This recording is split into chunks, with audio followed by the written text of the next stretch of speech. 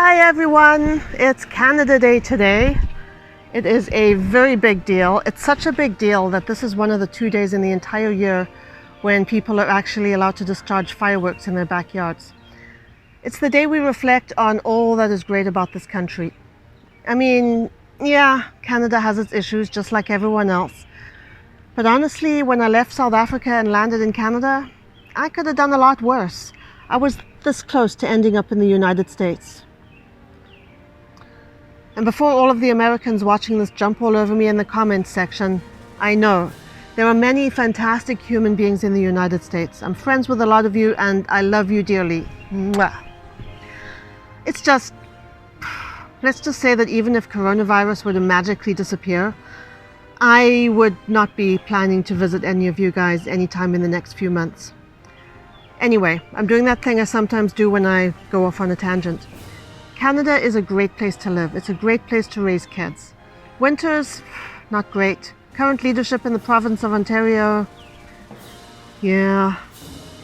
Like I said, no country is perfect, but it's all good here in Canada. You guys know there's a but coming up, don't you? As we observe Canada Day, I wanted to tell you a story about a group of Canadians who are routinely forgotten about and ignored. A lot of times they are literally treated like they're invisible. I'm talking about the homeless population. I live in one of the richest cities in one of the richest countries in the world. And when you go into the city center and walk down any typical street, you are bound to see several homeless people. Some of them will be trying to scrape together enough for a McDonald's Happy Meal from whatever change people are willing to give them. Others will be trying to grab a bit of sleep in whatever safe spot they can find. Passers-by tend to ignore the homeless. They just walk past them as if they can't see them. And I've done that myself. I'm not trying to paint myself as a saint here. I've been guilty of pretending homeless people are invisible just because it's uncomfortable to see them. But something happened a few years ago that affected me on a very raw, emotional level. I was on my way to the subway station. I'd just seen my doctor, and it was a very, very hot day. And as I walked down the road, I saw this homeless man sleeping on the sidewalk right up against one of these big concrete planter things. And I thought nothing of it. You know, homeless people sleeping in the city is a far more common sight than it should be. I was just walking on by, you know, the way you do. But something made me stop.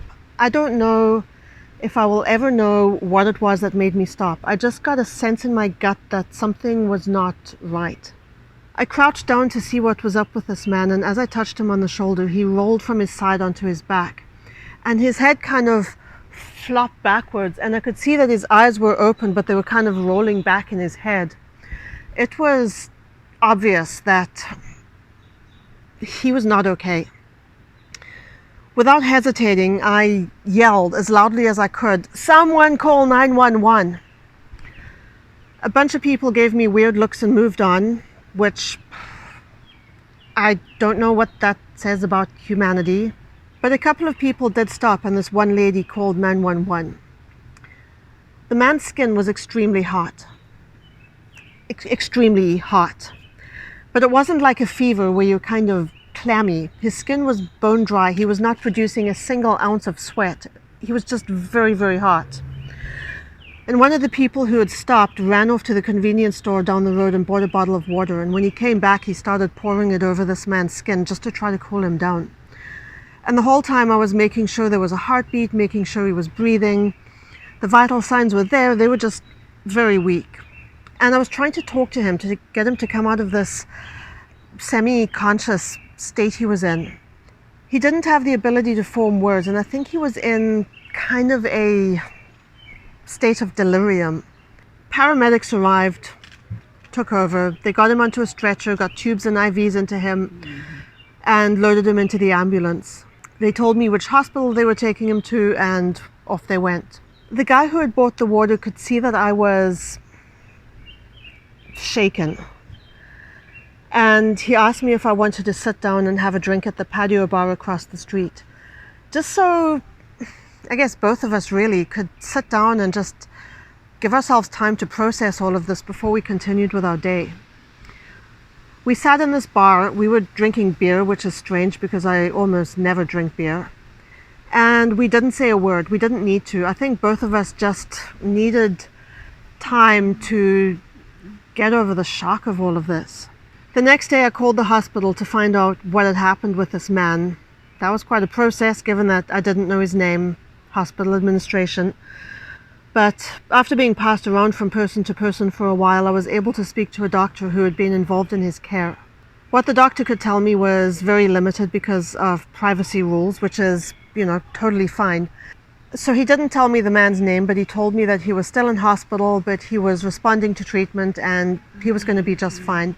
A family member from another province had been located and was on their way. So hopefully things turned out okay for that man. I don't know what would have happened to this man if something hadn't made me stop and look at him more closely. There is a good chance, I think, that he would have died right there on that sidewalk. And it happens all too often in extreme weather conditions. Just the idea that someone can die on a hot day in one of the richest cities in the world just because they cannot afford a $1 bottle of water. There are no words for that. People often say that homeless people are just a bunch of lazies who need to go and find jobs. But those same people walk past the homeless as if they don't exist. How can someone who is invisible get a job?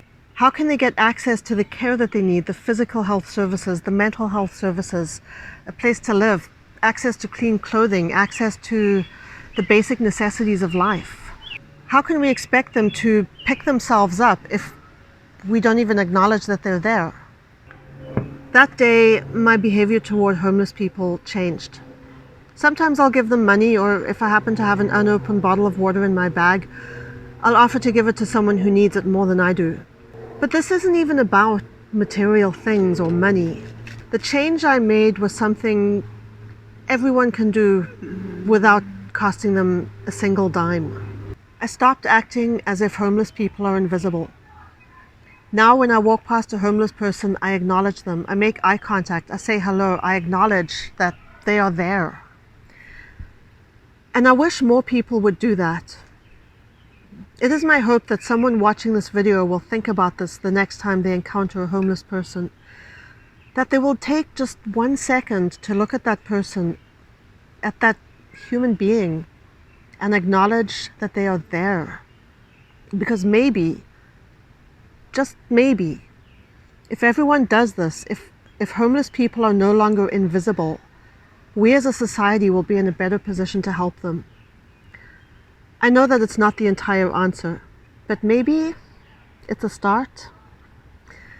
That's it for today. I'll see you in the next video.